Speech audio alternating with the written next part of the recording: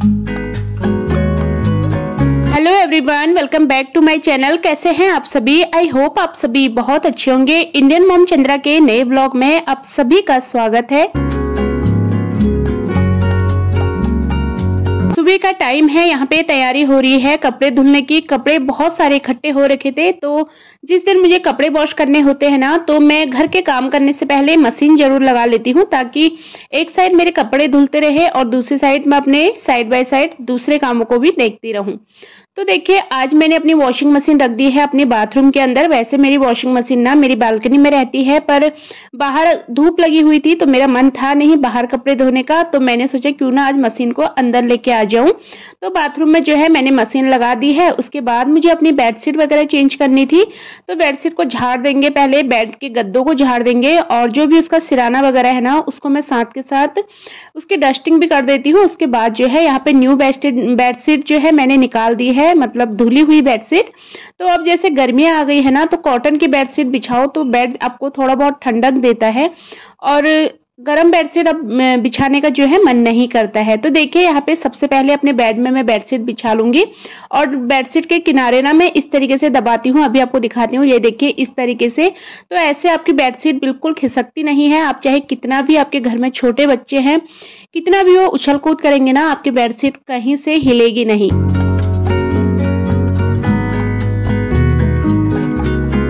घर की क्लीनिंग में अगर आपने अपना बेड अच्छे से झाड़ लिया है, बेड वगैरह को अच्छे से सेट कर लिया है ना, तो लगता है आपका घर आधा क्लीन हो चुका है। क्लीनिंग करना जैसे शुरू ही किया था, तो मेरे दोनों बच्चे नहा चुके हैं। तो बच्चों के बाल जो है मुझे कंघी वगैरह करने होते हैं। जैसे कि बिट्टू ने ना अपने हेयर वॉश करे हुए थे, तो शैम्पू उसने नहीं लगाया था, क्योंकि मैं डेली बच्चों को शैम्पू यूज नहीं करने देती हूँ। शैम्पू हमारे बालों को नुकसान भी देता है, तो हफ्ते में 2 से 3 बार शैम्पू कर लिया बहुत होता है। तो दोनों बच्चे नहा के आए थे, उनके टॉवल वगैरह मैंने बाहर सुखाने डाल दिए हैं। आज मुझे अपने कर्टन भी जो है वॉश करने हैं। काफी टाइम हो गया है इनको नहीं धुले हुए, तो डेढ़ महीने में ही मैं इनको धुलती हूँ, बहुत जल्दी नहीं धोती हूँ, क्योंकि इनको निकालने की बहुत ज़्यादा प्रॉब्लम होती है। तो पहले आपने देखा होगा ना, जहाँ पे मैंने अपना फिश एक्वेरियम रखा है, यहाँ पे मेरा इन्वर्टर रहता था, तो उस टाइम पे ना इनको निकालने की बड़ी प्रॉब्लम हो जाती थी, पर अब मेरे लिए इनको निकालना काफ़ी ईजी हो गया है। कर्टन वगैरह धुलना आपने महीने में एक बार भी धो दिए ना, बहुत होता है, क्योंकि ये चीज़ें ज़्यादा गंदी नहीं होती हैं और महीने भर में आप इनको धो लो तो ठीक रहता है। तो जिस दिन मेरे को अपने कर्टन वगैरह निकालने होते हैं, उस दिन मैं जो है इस विंडो वगैरह की अच्छे से क्लीनिंग कर लेती हूँ, इसके जाले वगैरह सब निकाल लेती हूँ। वैसे इन पर जाले बिल्कुल नहीं लगे थे। मैं चाहे कर्टन निकालूँ या ना निकालूँ, पर हफ्ते भर में एक बार मैं पूरे घर के जो है जाले जरूर साफ करती हूँ। तो इस तरीके से जाले वगैरह साफ करते रहो तो आपके घर में ना दुख दलिद्रता नहीं आती है। ये चीज़ें आप जरूर अपनाया करिए। चाहे कोई भी हाउस वाइफ है ना, उनको ये ट्रिक्स जरूर आजमानी चाहिए। तो ऐसा आपके घर में ना धन की बरकत होती है और जो भी धन आपके घर में आता है ना, वो अच्छी चीज़ों में यूज़ होता है। मतलब दुख आपके घर से बाहर जाते हैं। तो हमेशा एक हाउस वाइफ को इस तरीके से अपने घर की साफ सफाई जरूर करनी चाहिए। कर्टन यहाँ पे मैंने सारे निकाल दिए थे। तो कर्टन को वॉश करने से पहले ना मैं एक डोरी बना लेती हूँ लंबी सी, उससे इनको बांध लेती हूँ। जितने भी पर्दे हैं मेरे, सबको मैं एक साथ साथ में बांध लूँगी, उनकी चूड़ियाँ इस तरीके से इकट्ठा करके, ताकि इनकी चूड़ियाँ जो होती हैं वो निकले ना। नहीं तो हम वॉशिंग मशीन में इनको वॉश करते हैं ना, तो इनकी चूड़ियाँ निकलने का बहुत डर रहता है। तो इस तरीके से आप बांध के अगर अपने कर्टन को धोएंगे तो इनके चूड़ियाँ जो है वो कभी नहीं निकलती। देखिए, मैंने सारे बांध लिए हैं एक साथ।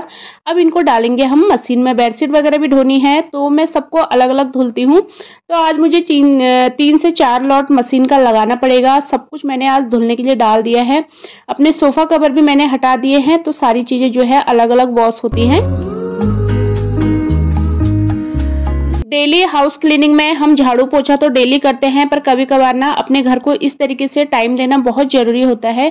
अगर आप लोग बहुत ज़्यादा बिजी रूटीन है आपका, तब तो आप 15 दिन में एक बार जरूर करिए। अगर आप लोग एक हाउसवाइफ हैं आप तो तब तो आप जो है डेली अगर क्लीनिंग करते हैं ना, तो बहुत ज़्यादा टाइम इन कामों में नहीं लगता है। जैसे झाड़ू लगाने से पहले एक बार अपने जाले देख लीजिए, सारे कोने कोने में कहीं पर जाला तो नहीं लगा हुआ है। तो घर में जाले तो बिल्कुल नहीं रहने चाहिए, बहुत ज़्यादा अशुभ माना जाता है घर में जाले लगना। तो देखिए एक कर्टन निकालना मैं भूल गई थी जब मैं झाड़ू लगाने की शुरुआत कर रही थी, फिर मैंने देखा एक कर्टन तो मैंने निकाला ही नहीं। तो इसको भी निकाल के जो है अभी मैंने पर्दे नहीं डाले हैं धुलने के लिए, तो इनको एक साथ डाल देंगे। और ये मैट में आज जो मैंने नीचे बिछा रखा है इसको मैं उठाऊंगी नहीं, क्योंकि ये ना न्यू ले रखा है मैंने। आपने शायद मेरा 2-3 वीडियो जो आई है उससे पहले देखा होगा कि मैंने न्यू लिया था ये, तो ये बिल्कुल भी गंदा नहीं था। तो मैंने इसको बस सीक वाली झाड़ू से झाड़ लिया है। उसके बाद अब मैं पूरे घर के कोने कोने से जो है सफाई कर लूंगी, पूरी झाड़ू लगाऊंगी अच्छे से।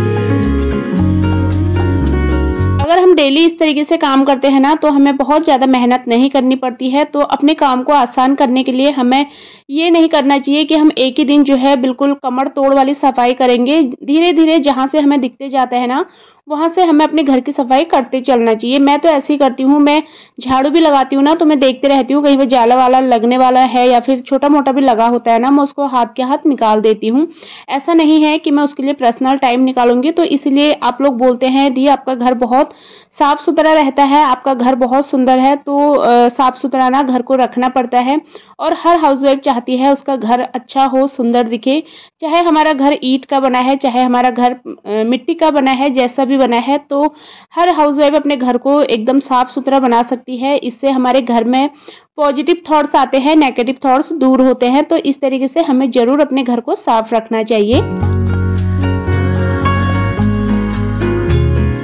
झाड़ू मेरे पूरे घर में लग चुकी है और पोछा लगाना तो मैं एक दिन भी मिस नहीं करती हूँ। बहुत से लोग बोलते हैं कि पोछा लगाना इतना ज़रूरी नहीं होता है, पर मेरा मन बिल्कुल नहीं मानता। जब तक मैं अपने घर में पोछा ना लगाऊं तब तक मुझे अपने टाइल्स में ना साइन नहीं नज़र आती है, तो मुझे बिल्कुल अच्छा फील नहीं होता है। क्योंकि थोड़ा सा ही टाइम लगता है इन कामों को करने में। जितना हम आलस करेंगे ना उतने ही हमारे काम जो है डिले होते रहते हैं, उनको हम टालते रहते हैं। पर अगर आप एक बार लग जाओ अपने काम में तो आपको बिल्कुल ना तो आलस आएगा और मज़ा आता है काम करने में। जिस तरीके से आपको काम करना पसंद है, जैसे सॉन्ग वगैरह सुनना, उस तरीके से अपने काम को करिए। इंजॉय करते हुए अगर आप अपने काम करेंगे तो आपको कभी भी बोरियत नहीं आएगी।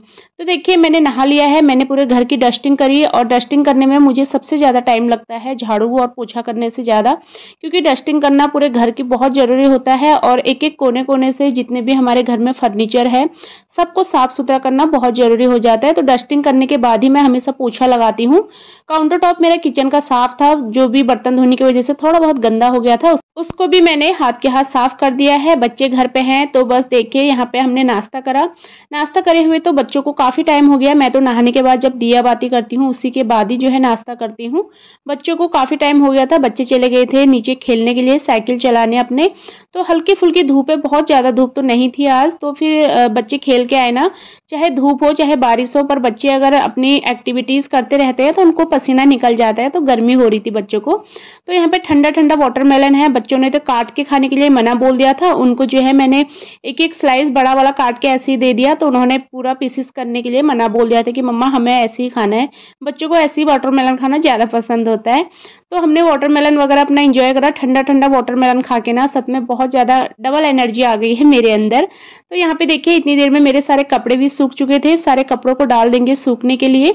और देखिए पर्दे वगैरह तो अगर मैं ना भी सुखाती ना तब भी चल जाता है, क्योंकि ड्राई करने के बाद इनको सुखाने की ज़रूरत इतनी नहीं होती है।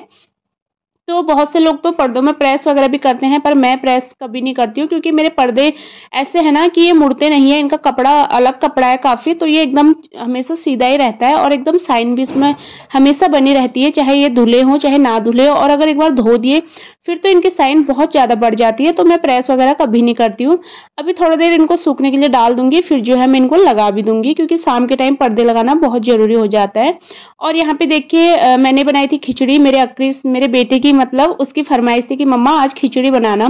तो मैंने बोला चलिए खिचड़ी बना देते हैं। यहाँ पे मैंने मूंग दाल की अरहर की दाल की खिचड़ी बनाई थी। तो देखिए दोनों बच्चों को खिचड़ी बहुत पसंद आई। मैंने उनको दे दिया है देसी घी डाल के, और घी डाल के तो खिचड़ी का मजा ना डबल हो जाता है। और यहाँ पे देखिए बच्चे अपना लंच एंजॉय कर रहे हैं। फिलहाल मैं भी लंच कर लेती हूँ और इसी के साथ ही अपने आज के इस छोटे से वीडियो को यहीं पे एंड करूंगी। आई होप आप सभी को मेरा आज का वीडियो पसंद आया हो। वीडियो पसंद आता है तो वीडियो को लाइक करें, चैनल पर नए हैं तो प्लीज मेरे चैनल को सब्सक्राइब कर लेना। Bye bye.